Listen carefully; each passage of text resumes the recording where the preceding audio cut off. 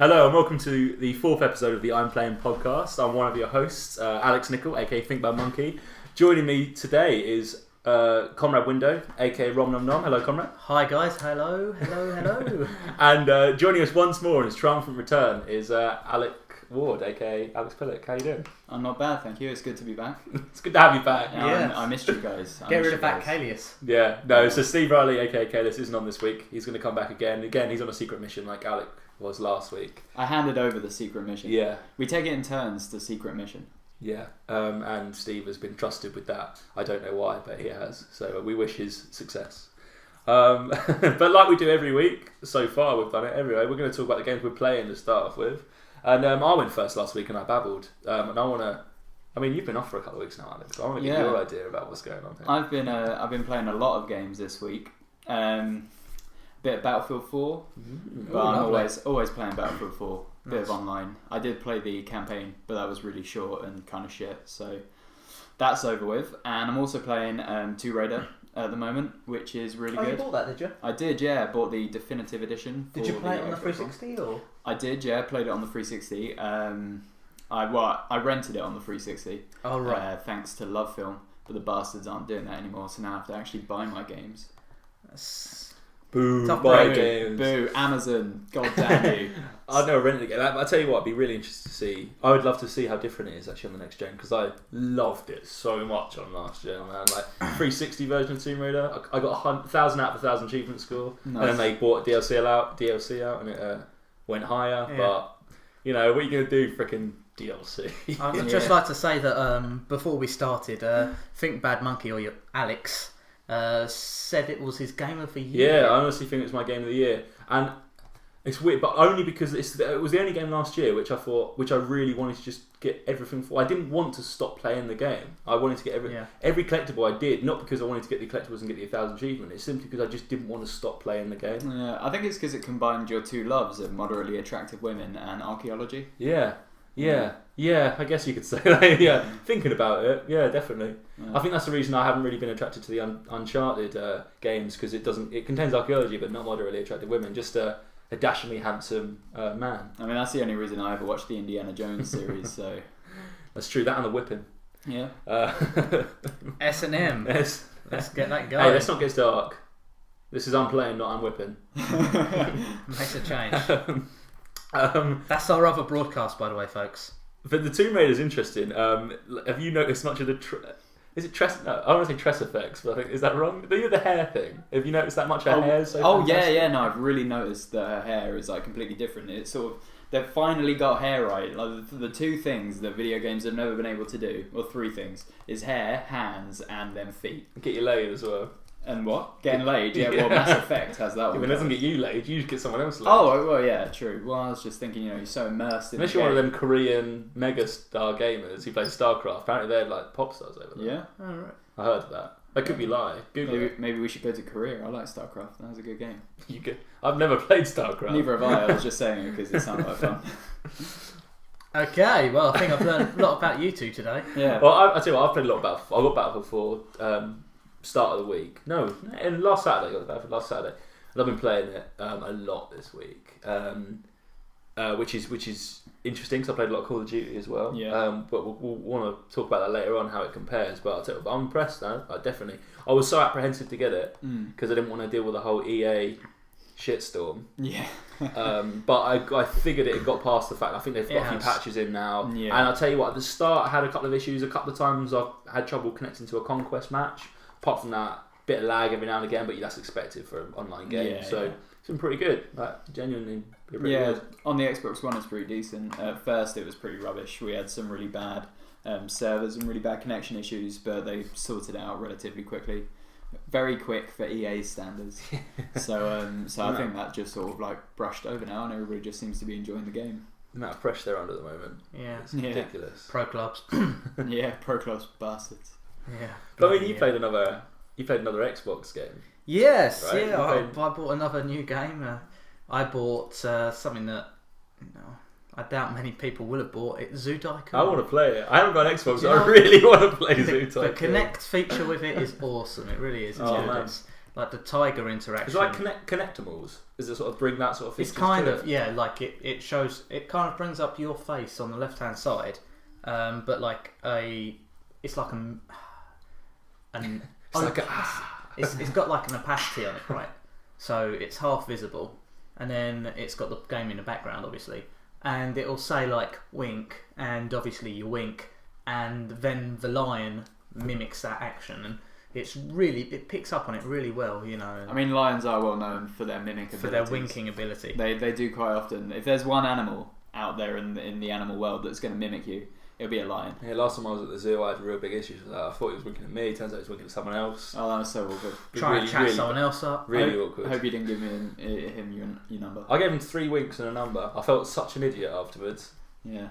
But maybe it's cool. I don't know. See, now I heard that they sold over 5 copies of Zoo Tycoon. I am one of those 5. It was one of those games where coming up to it, people were like, "Oh, Zoo Tycoon's coming," and then when the Xbox One launched, I heard nothing of Zoo Tycoon. Yeah. It literally it just completely disappeared. Then the next time I heard of Zoo Tycoon was when Conrad said he bought Zoo Tycoon. That was it. Yeah, I keep seeing. I want to download it, and I keep seeing on the dashboard like Zoo Tycoon to download. So I click on it, and then I see that it's about £45-50. And I think to myself, there are better things for me to spend my money on than Zoo Tycoon. Yeah, like definitely. buying a rabies shot. Exactly. In England. I'll tell you what I'd imagine is worth your money if you can get through it. Is I played Outlast, which came out for PSN. It came out for PSN. Yes. At the time of recording, it came out yesterday. So it came out what day is it today? Thursday. Came out the 6th of February. That's Thursday. On a Thursday. I played about half an hour of it, and I mean, there's a video and I'm playing on our YouTube channel which basically shows my half an hour playing Outlast, and I hate horror games so much, and I shit myself, like completely and utterly scared the crap out of me, and I thought I was being a worse but I've been speaking to people who genuinely like horror games, and they were like, oh, I've got to play this for about an hour and then put it down. It's that tense, and I can't wait for you guys to try it out. Yeah, so we're going to try that tonight, definitely. Hopefully. So definitely keep your eyes out for more videos. I love Dead Space 1 and 2, so hopefully it piques my interest, and I'm thinking about getting it for the old PC, although I'm sure I'm not the greatest gamer in the world without a mouse. But it's a sort of game. It's not action, man. Is it? I mean, you've seen the videos. Yeah. It's not action. I think it'd be scary on a PC personally. Well, especially for us, we're not PC gamers, so not having a controller is scary as it is. So playing a horror game on that is going to be terrifying. It's like that thing where you know what button you need to press, and then you look down at the keyboard, and all of a sudden W is miles away, and you're trying to reach to it before the guy gets you with a machete. But I mean, you got to play it with the headphones in. I played headphones in the sort of not dark, but like it was dimmed, and terrible. I'm not playing that game again. I do not find horror games fun. Will you at least watch us play it? I will watch you play it, yeah. But then part of me doesn't want to watch you play it. Part of me wants to leave you in a room on your own with just the sound of your own breathing to keep you company, because it's just I think that'd be quite good. I mean, in all fairness, that sounds like my usual Friday night. So yeah, we're going to stop the podcast right now, send Alec upstairs, and he's going to have a new lease of life. Yeah, we won't really. We'll do that afterwards. Just stick with us. So what else has been played? I've been continuing playing Dynasty Warriors next. I know I talked about it last week, but I just could not put that freaking thing down, man. Yeah. Again, free on PSN. I'm a massive Dynasty Warriors fan, and it's just still, it's the same stuff. I've been playing it all for 2 weeks now. It's the same thing. Every single map is the same thing. And I love it so much. I love it so much. Have they ever actually changed the Dynasty Warriors game, or does it just go up by number and that's the difference? It's basically the storyline is basically sometimes they have like a little bit extra. I mean, like Dynasty Warriors 4 and 5 was sort of quite basic wushu and Wei story. Dynasty Warriors 7 goes into like Jin and a little bit past that, and they add new characters, so they do sort of expand that universe. And I think as they have bigger, the technology gets more, they can have bigger battles, more enemies. I mean, the next gen Dynasty Warriors, like Dead Rising, the amount of zombies you have on the screen, I'm expecting the amount of enemies to have on screen. I mean, because even on PS2, the amount of enemies was pretty good. Yeah, it was ridiculous. So I'm expecting next gen Dynasty Warriors to have just the most insane amount of enemies on screen at once. Should be good. Should be. And I'm just Lu Bu, and I'm just hacking through all of them. Yeah. Lu Bu's a cheat in its own, though. Yeah, no, I didn't. I was going to say he's my favourite character. Which one's Lu Bu? Is he the one who had the long staff?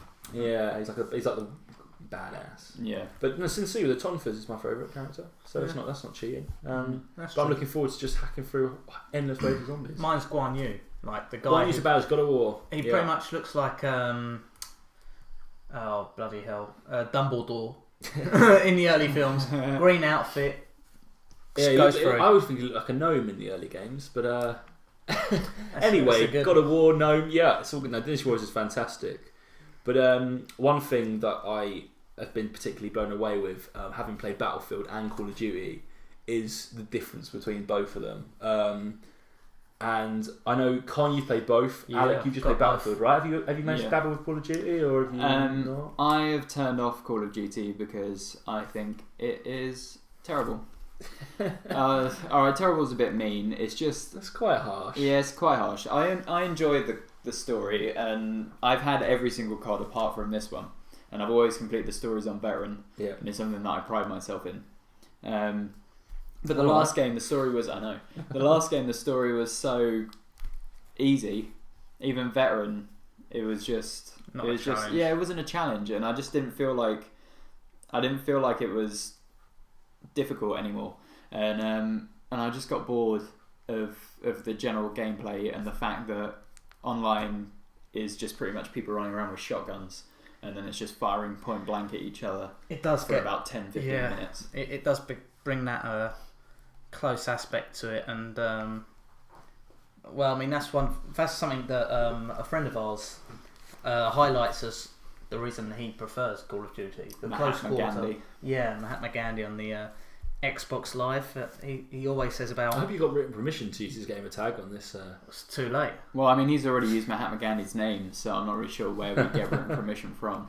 Gandhi's people. Gandhi. Speaking of Gandhi's people. Okay. It is cool though. I mean, I played Call of Duty, and on the last podcast we talked about how actually we thought the Call of Duty storyline was really good. Like, a lot better than the previous games, especially the best one I played since World of War, even though we've agreed that it's not as good, anywhere near as good as World of War. No, I don't think they're ever going to rival World of War. And Oh, Call of Duty 2. The Russian storyline, because Yeah. let's be honest, the American storyline of World of War was a No. pile of crap. But one thing I must still say about the Ghost story, they put such an impetus on the dogs. And the dog aspect is minuscule in it. Does the dog die? He gets shot. You have to carry. Oh, spoilers, by the way. Spoilers! Spoilers. You have to carry him like for a mission, but That's really gay. That's it. it's really. Is it like The Bodyguard? Yeah, actually a little bit. Yeah, Yeah. you could make a video. The song I was singing was "Love lives way up where we belong." Brilliant. Dun dun. dun. But multiplayer as well. Call of Duty is good, but it's basically just more of the same stuff. It's just- And actually that's one of the big things that I wanted to say is. So I played Battlefield, and it took time to get into it. The new Battlefield for the new generation. It is a better game. It's a different game. Yeah, It for takes sure. time It's to a get PC into it. game. Yeah, It is, yeah. I had to learn how to play Battlefield again, and I Yeah. played Battlefield 3 so much. COD, I got straight into it. I knew what I was doing. Like, so Call of Duty just feels like a port from last generation, whereas Battlefield really, it's the first shooter that I played. I mean, Killzone's good, but I didn't play the other Killzones. I played Killzone 1. It didn't. Nothing about Killzone 4. I'm in the next generation. Whereas playing Battlefield Online, Conquest, 64 players, I knew that was a PS4. I knew that was a next generation game. I mean, it's just the game. The thing that I love about Battlefield, depending on the map, but usually in most maps, you can go from quiet periods where you're sort of walking around planning where you're going to go, which objective you're going to hit, and then all of a sudden the shit can just hit the fan, and there's just explosions everywhere. There's bits falling on top of you, people dying next to you, gun shots and bullets flying past you, and then all of a sudden it's quiet again. And I like the variation, whereas with COD it's just constant action for 10-15 minutes, and by the end of it I'm just tired and bored. Yeah, it's pretty samey, isn't it? Yeah. I mean, it's not even, thinking back all the Battlefield moments I've had, it's not even the best one or the biggest one, but one will always stick in my mind is when I very first started playing Battlefield 3, and I was hiding in like a porter cabin, and all of a sudden just a tank fired, the wall just shattered out, and I just look out, see the tank, and I just legged it so hard. And that moment really stuck out in my mind. Like, just the fact the wall blew up, I had to change the situation, I had to go. It was absolutely insane. Yeah. My favourite Battlefield moment. This is just going to be an only in Battlefield moment, just recall now. Yeah, this podcast sponsored by Battlefield. Yeah. EA, although don't read the slightly damning EA article that I wrote last week. Thank you, EA. But there was a bit where I was in a helicopter, and the helicopter got shot down. It crashed into the sea. As it crashed, it sort of exploded, and I got shot to the bottom of the ocean. Swam to the top. As I peered my head up, the jet that had blown us up just flew straight over the top of my helmet, and all the water was just sort of pushed away next to me. And it was just one of those moments where you think to yourself, that was both awesome and incredibly terrifying. I bet it does have a great way of drawing you in, and but then Call of Duty is just like, do you remember that time when I got shotgunned in the face? That time we were all in the tank and we just got blown up by that helicopter, but then we managed to jump out and kill the helicopter. It's one step to another. Call of Duty is, I remember that time where I killed 5 guys in a row. Yeah. Battlefield is, remember that time where we were in a vehicle, we got out, we had to chill a copper, we took the flag, we went back into a tank, that got blown up, we killed another tank, dropped some mines. It's just like an endless stream of new stuff to do. Yeah. And every Battlefield map can be different in terms of what your role in that game. You can be in a tank playing, you can be attacking the tank, you could be healing your friends, supplying your friends. I think that is the difference.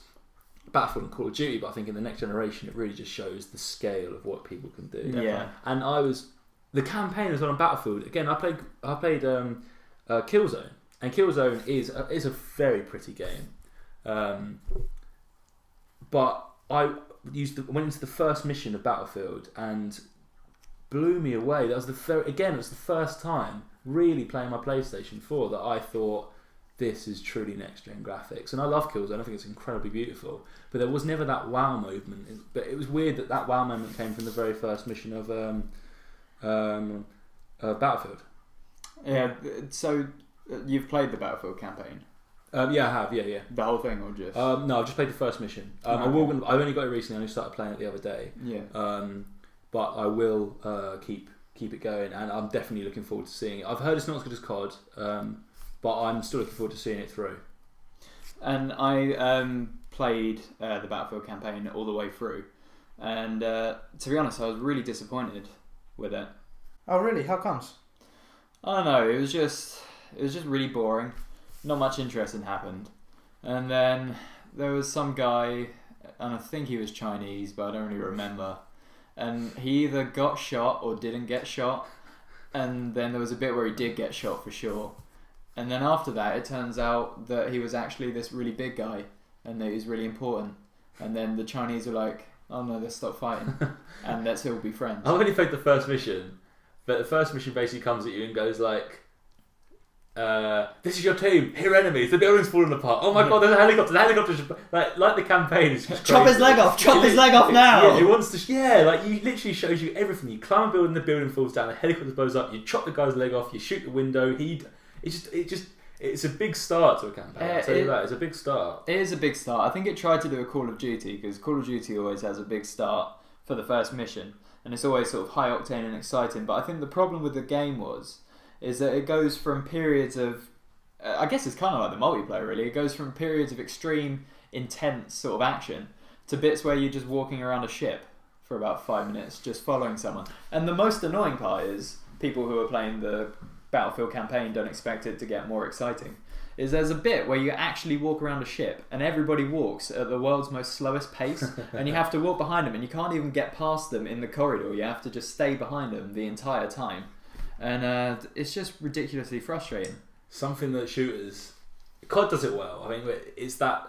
Well, COD 4 did it really. Modern Warfare did it really well. It's that pacing between a slowy, snipery mission where you've got to be stealthy and full on war. And I think actually one of the reasons I think we probably would liked Ghost is because it does get that balance quite well. It's all Ghost, it's sneaky special ops with these elements of sort of high sort of end warfare, and at the end it just explodes in this big battle scenario, which actually I think it paces it really well. I think that's why Call of Duty the campaign's always actually pretty good, because they're well done, I think.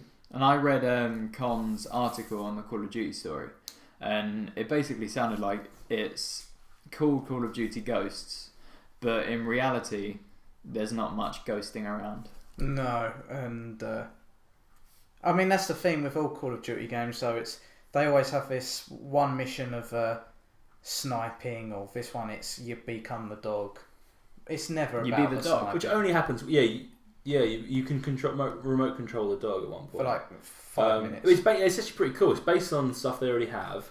And at the moment in Warfare, you've got dogs, they've got pressure packs on their back, so there's a camera, and manipulating those pressure packs, the dogs are trained to follow certain orders, so you can almost remote control the dog, which apparently is something that is in operation right now. I'm sure that Peter are really looking into it. Yeah, mate, they're loving it. They love They it. absolutely love it. We can control all the animals. They absolutely freaking love it. But yeah, it's not what you want. They get all gillied up is a level that it's just the perfection of game. Design all gillied up. The Mission 4 where you're in the ghillie suits. Oh yeah. I mean, since that, every Call of Duty game has just tried to replicate that like incredible feeling of that sort of token mission that stands out. I don't think they'll ever get better than the beach landing in Call of Duty 2. I don't think any game will ever outdo that mission for me. No, that was pretty good. Yeah, the fact when you only got bullets and you have to sort of find the rifle, right? Yeah. And there's like explosions and people holding legs. Rise actually did something very similar in the fourth mission of Rise. There's a scene where the boat blows up. I'm not really sure why. I don't know why they're firing. It's the one they used in all the cannonballs. Yeah, in all the Eurogamer trailer and stuff, videos. Yeah. And then you're lying on the floor and you look around and there's a guy clutching his severed leg and there's people carrying each other. And it's very much Saving Private Ryan meets the first mission of Call of Duty 2, which is probably why I liked it so much. Yeah. Well, Enemy at the Gates is very, I don't know if it's based on Enemy at the Gates, so that's pretty much the same.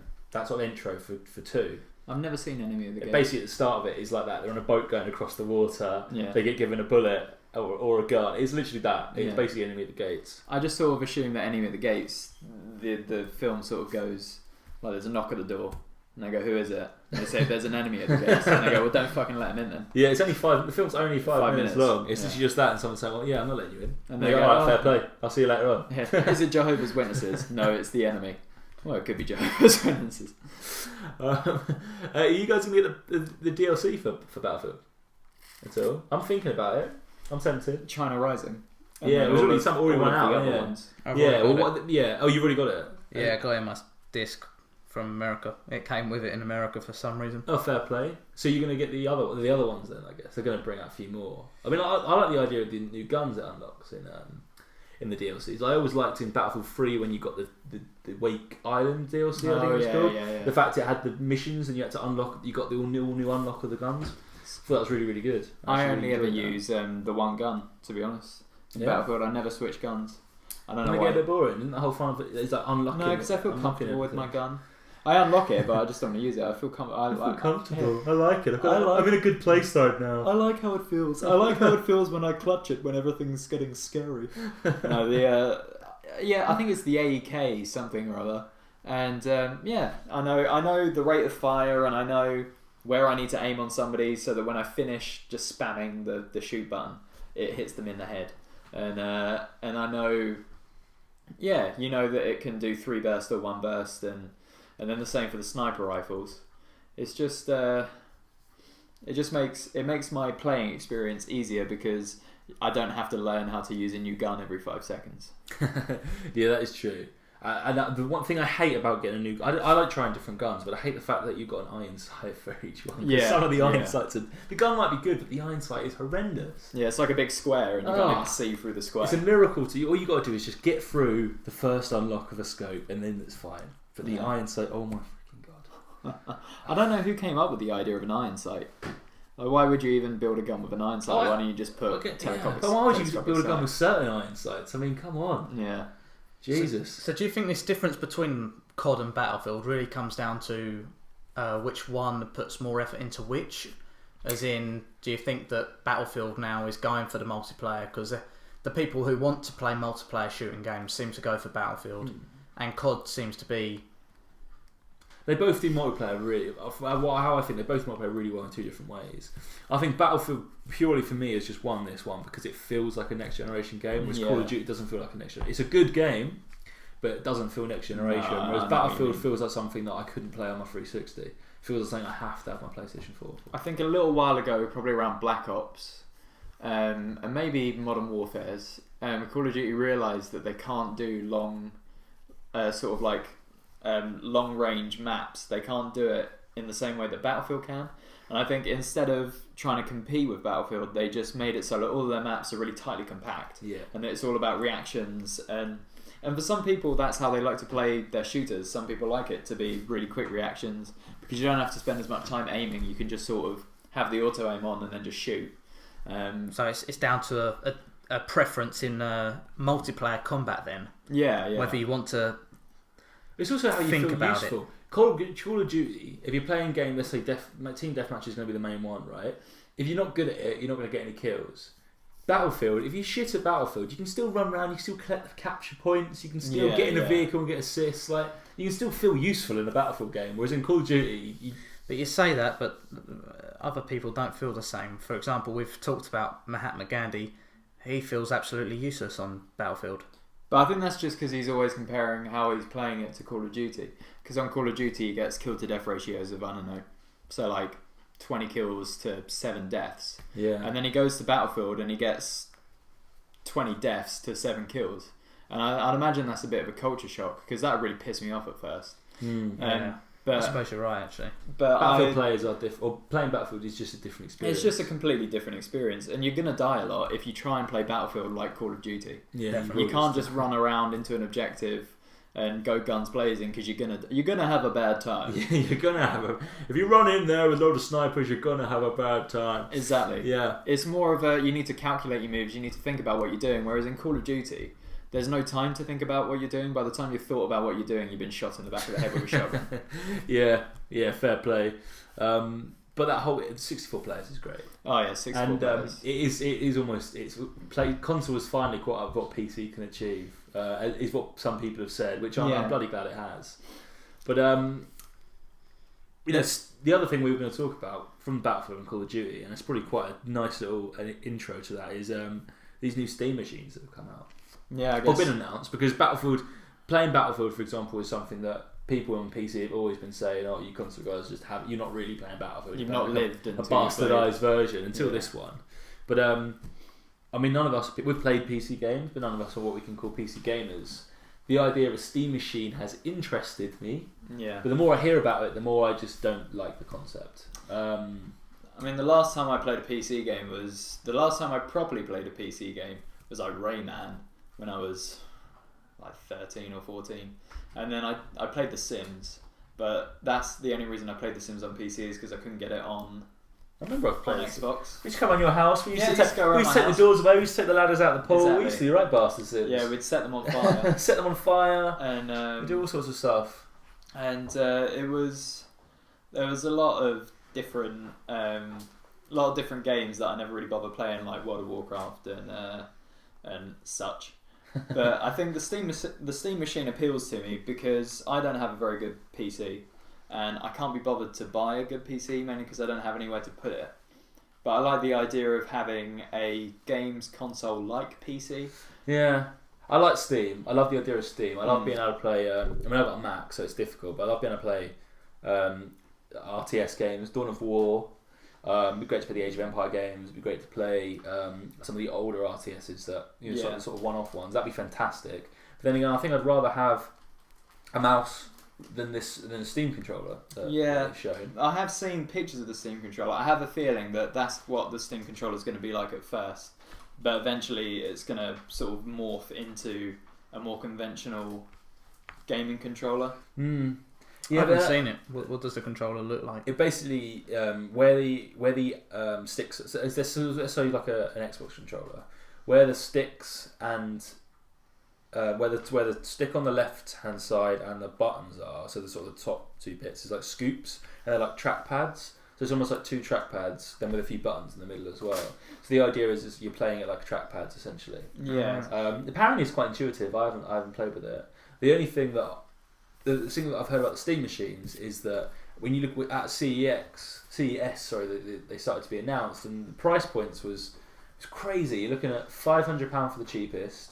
Apparently specs are slightly worse than the PS4. Oh really? So why would if I'm going to buy that, I might as well buy a console, but I might as well buy another Xbox. I might as well buy an Xbox One, for example. And then the most expensive one was like £6,000. And really, all they seem to be is just PCs, just in a shiny box. Can you do PC stuff with them? Yeah, you still got Windows. You still use it on a normal PC. So it's basically just going to be a PC but on a TV. It's got Steam OS, so it runs it can run a dual OS. It's got Steam where you can play. Yeah, it's basically just a PC you can plug into your TV. Yeah. But I mean, you still do the same stuff, and the Steam controllers you can still use with a PC. So you might as well just get a half decent PC. If we're not particularly fussed about PC gaming, but we want some of the indie titles perhaps that you get on Steam, you could buy a slightly cheaper PC, 300 quid, get a Steam controller with that fuss about the Steam controller, and you can install Steam OS for free. So really the Steam machines are kind of built as a gaming they're just gaming computers really, switched up in different packages, but I'm not going to pay $6,000 for a PC. No. And there's tons of, but then on the other hand, there's tons of PC games that I really want to play at the moment. But I don't really have the room for a proper gaming PC. No, yeah. And I don't have the know-how to know which one to get. And obviously there's people I can ask and friends that know all about that sort of stuff, but I just really can't be bothered. But the idea of having a Steam machine, this is before I thought that the cheapest was going to be more like 200. Yeah, that's the good, right? I'd think about getting that for 200 quid. And then I could play games like the zombie one that's out at the moment. Daisy. Daisy. I could play games like Daisy, and there's tons of PC games that I'd love to try, but there's not enough, and I don't want to play them enough to warrant buying a PC. Yeah. I mean, Daisy's supposed to be pretty good, but I've never found myself really wishing I had it. I mean, there's some titles on the computer like Game Dev Tycoon, which you've played, Con, that I'd want to give a go. I think I can get it on the Mac anyway, so I haven't got it and I can play it. So getting a Steam machine is not going to suddenly make me buy that game. No. And you know, I've got a Vita, I've got my PlayStation, I've got my 360, I've got enough on my phone as well. I've got so many consoles to game on. Yeah. The idea of paying, let's say you can pay 800 quid, maybe £1,000 for a proper decent Steam box is something that just doesn't really appeal to me. The thing that I don't really understand is why Steam are doing it. I understand why Steam are doing it, but I thought the idea of PC gamers is that it's sort of like it's supposed to be the pinnacle of gaming, and PC is this great thing, and then console gamers, they do their thing and it's great, but it's never going to be as good as PC. And I don't understand why Steam, who make great PC, Valve, who make great PC games, are sort of like now doing consoles. They got no loss in here at all. They made a Steam OS, which you can install on your normal computers. They obviously get loads of money from selling the games, as well as selling all the features, and they get so many people sign up to Steam. It's obviously free, but they can boast those numbers. And then they basically told other manufacturers that you can. These are sort of the specs for a Steam machine, and because Steam's so popular, all these manufacturers have jumped on the wagon. And even if these consoles fail, Valve lose nothing. Lose all they're making is the controller. At the end of the day, that can be used with a PC. So if this is just gold for Valve. It either succeeds, gets thousands more people playing Steam and buying Steam games, or it fails and they're still going to get people playing Steam games because of the deals and it's because of the Steam stuff. Yeah. I think the biggest thing with Steam at the moment is they need to stop putting anything on their fucking on Steam, because I go on Steam and I can't tell which are the good games, which are the shit games. I like a bit more. As someone who doesn't play PC games, I'd like a bit of hand holding through the process. What games can I just play that are going to be really good? Yeah, but it's not meant for people who just think, I want to look for a PC game. It's meant for people who play PC games. But I think it's more of an arcade as well. It's got games on there which people who play PC games wouldn't play. Yeah, no, but it's not there to handhold people who want to play PC games but don't. It's there to have a big list. It's a big store, and if it's shit, it's still on there because it's a place to put your game, which is why it gets used by retailers, by developers, publishers. Yeah, but there's all this stuff about. I just think all the stuff with this alphas and I mean Daisy. There's another one. There's another zombie game that launched. It's called like Last Day or something like that. I can't remember what it's called. that launch with just the features that it sold at like 30 quid or something like that. I think. I'm pretty sure that is DayZ. It's not DayZ. DayZ did really well. There's another one. Which, it didn't do very well. No, this one did okay, but DayZ's actually a good game when you play it. It's missing features and stuff, but I think it's actually a good game. DayZ's like alpha. Yeah, this whole alpha thing I'm not a fan. But I mean, I go onto Steam. Like you go on any store, it's just customer. Steam is supposed to be the place where you go to buy PC games. That's supposed to be for people that don't know anything about PC, so it's the hardcore PC crowd. It's just PC games. And I just don't know. When I go on there, it's just so much choice. It's just crazy, you know. A bit of quality control from Steam. I recently heard it on the Jimquisition from the Escapists. He was saying about a bit of quality control. And I think that's exactly right. Yeah. If I went on there and people could tell me, you know, there's a list. I know there's probably lists and stuff, but if I saw a game, a bit more structure to it, and I knew that if I was going to make a purchase, it was at least going to be a non-buggy game. Yeah. I don't know if I'm going to buy a game with half the features missing. I mean, even if it's a fully developed game rather than alpha. Do they have reviews on the game? They do have users sort of submitted reviews. Yeah. But imagine some people, but that can be modified. I believe on Steam you can control your own content. So really? we posted a game. I mean, this isn't true. This could be wrong. I think if I posted a game, I could control the reviews and stuff on that. So you don't know how you can. Even that you can't even trust the community necessarily on Steam because it could be fabricated. Yeah, true. Well, that's what people have been saying that Xbox and PS4 players have been doing. That they've been going on like Amazon and that and giving bad ratings to certain games to sort of down the star rating, which just seems really. My Xbox got in shit the other day with Machinima for basically doing that deal where if someone said something nice about the Xbox One, they got money for it. Really? Yeah, have you not heard about this? No, I didn't hear about this. So the Xbox and Machinima got in trouble because Xbox said to anyone reviewing anything to do with the Xbox One, if it was a positive review, they'd give them money.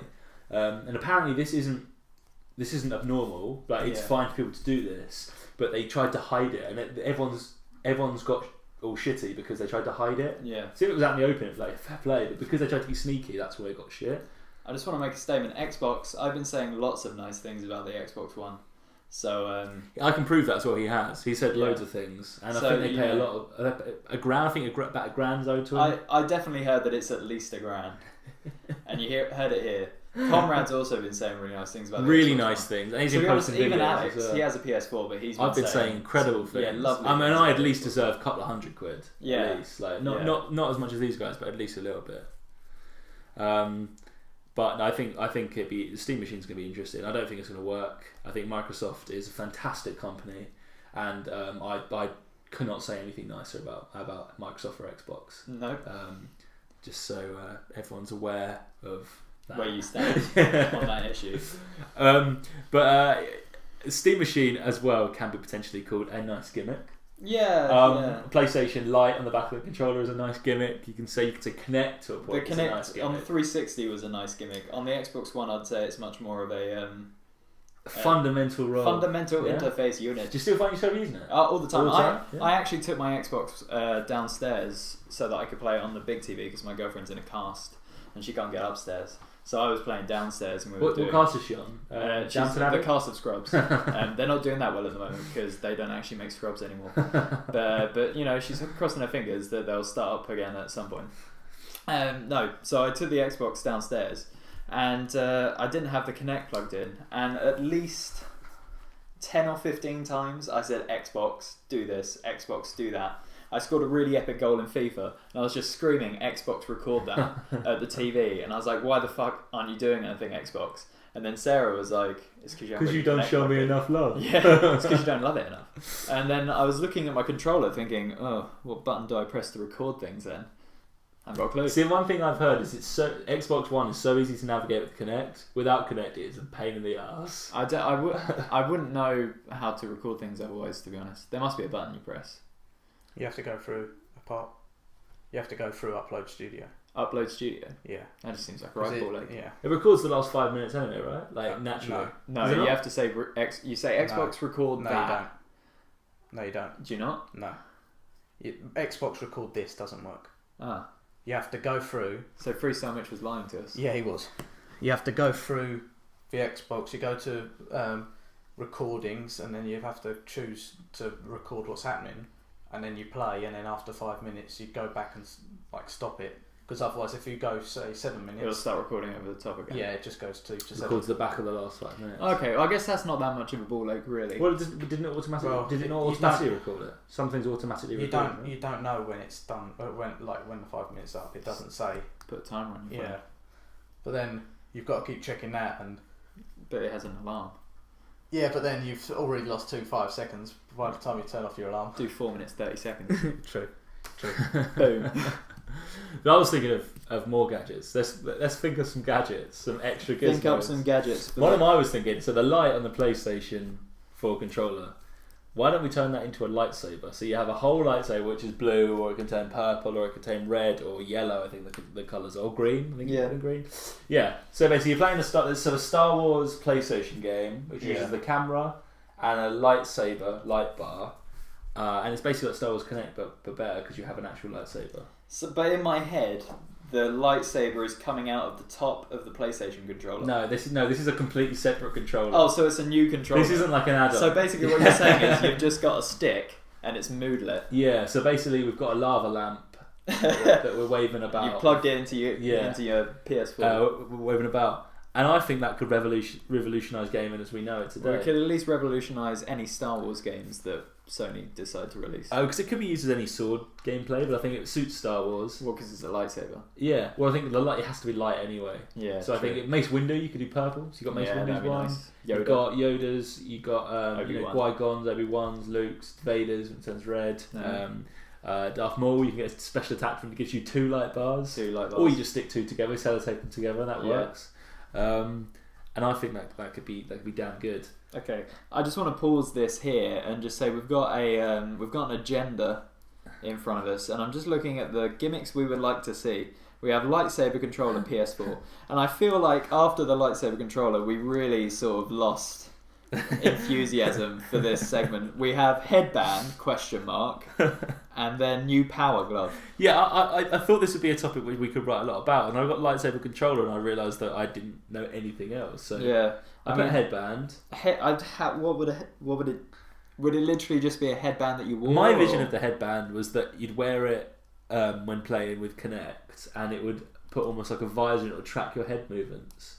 It does that. Yeah, and then I realised actually quite a long time after I put headband, when we were just about to set up, that Kinect does that anyway. So headband, I don't know. With the headband, I don't know. It could take your temperature reading while you're working out. I guess tell you how much. It already does. It takes your temperature. Yeah, apparently it does your heartbeat and shit like that. Oh, okay. Well, the headband could. It doesn't tell you how much you've sweat though. The headband could be a funky accessory to keep sweat out of your eyes, or to keep your hair. If you've got long hair, you could use it to keep the hair out. Why don't you just buy a normal headband instead of a? Because this is Kinect? the Xbox branded Kinect. These are gimmicks. These aren't things that we sell that you could do without. RRP $65.99. Oh, that's a bit expensive for a headband now. Call of Duty sell those glasses that you can wear that keep you gaming for longer. How about a sweatband that keeps you working out for longer? Keeps you gaming for longer. A headband with a numbing agent. The Xbox headband keeps you working out for longer. Okay, and we also have new power glove. New power glove. I mean, what was the old power glove? Have you not seen the power glove? Oh no, I didn't even know. I thought that you just put new power glove.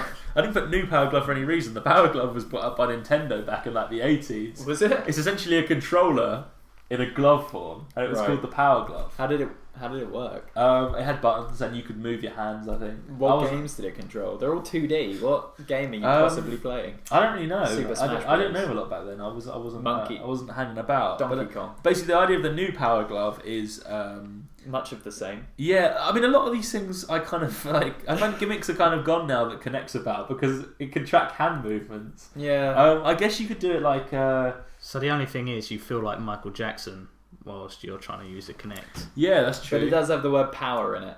Well, also like maybe like Buzz Lightyear, so it could have a little display on the back. You could it's got a little screen that you could like trace stuff. So you almost feel like you're a little future soldier.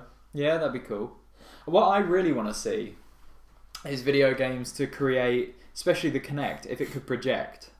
I think that'd be really cool if the Kinect could project things out as well as record you. You just want to see Tupac dancing in the living room. I would love to see Tupac dancing in my living room. But could you imagine if you're playing Kinect and then behind you there's a sort of dinosaur or some shit, and you've got surround sound at the same time. You can hear the dinosaur coming up behind you. Look behind you. Oh my god, there's a dinosaur projected behind me. I mean, obviously that wouldn't really work because it'd have to project through you. I think that's a good way to wrap it up. Really, I mean, a projection of Outlast, for example, where you're playing it and then there's a fucking freaky thing behind you. Exactly, yeah. And if it could project shadows in front as well, so you can see it coming up behind. And on that note, I think it's time to go and play Outlast. It is time to go and play Outlast. I want to see these guys shit their pants. I really hope they do, because otherwise it's going to make me look like a total worse. I bought fresh pants. As always, thank you very much for listening to this I'm Playing podcast. I've been Alex Nicol, aka Think Like Monkey. With me I've had Alex Pillick, aka Alec Ward, although it is the other way around. Yeah. And I'm Conrad Window, aka Rom Nom Nom. Either way round, I'm not fussy. That was a fantastic success. We're going to go away and practice our endings. But you can continue to check out our website at www.implaying.co.uk. Check us out on Twitter at I'm_playing.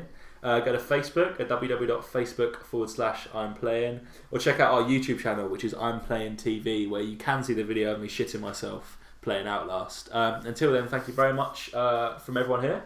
Bye. Thanks very much.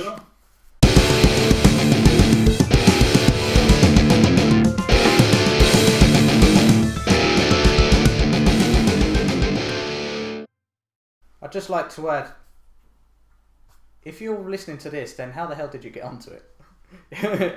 If you didn't need to hear the Facebook, the Twitter and everything, you must be somehow reaching us. Alright, Conrad.